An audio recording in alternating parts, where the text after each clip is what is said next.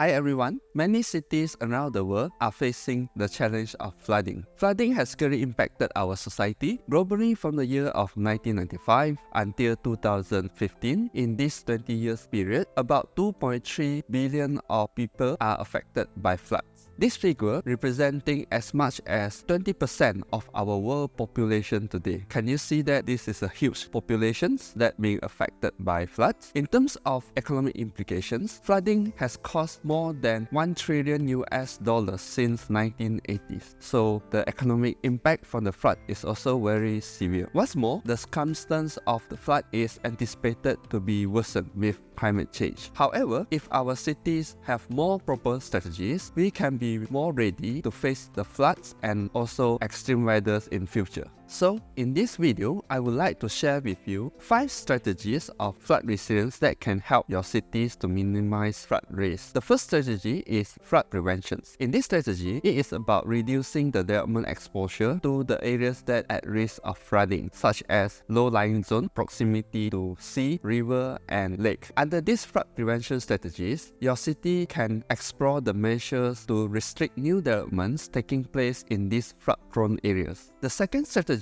is flood protection. This strategy aims to reduce the probability of flooding in your city through infrastructure work. These infrastructure works can be either engineering-based and nature-based. The basic idea of having these infrastructures is to ensure that your cities have more space to accommodate the additional water during the rainfall or sea level rise. Measures of flood protections include increase the capacity of waterways and canal, creations of stormwater infrastructure system, conservation of lake and wetland as a natural retention basins. The third strategy is flood preparation. Your city should be well prepared for the flood event. With flood preparation, the consequence of flood can be mitigated. Measures of flood preparation include developing flood warning system to provide early warnings to your community when water level rising so that they can protect their life. Planning of shelter for community to stay during the evacuations from the flood. Emergency evacuation plan for the community to evacuate when necessary. The fourth strategy is flood response. The flood response provides immediate assistance to the community of your city when the floods strike. In the event of sudden, the flood response needed to be ready to save your community. Measures of flood response include search and rescue operations as well as emergency relief. The fifth strategy is flood recovery. After the flood event, the community in your city would be greatly affected by the flood. Flood recovery strategies facilitates a good and fast recovery after the flood event. Measures of flood recovery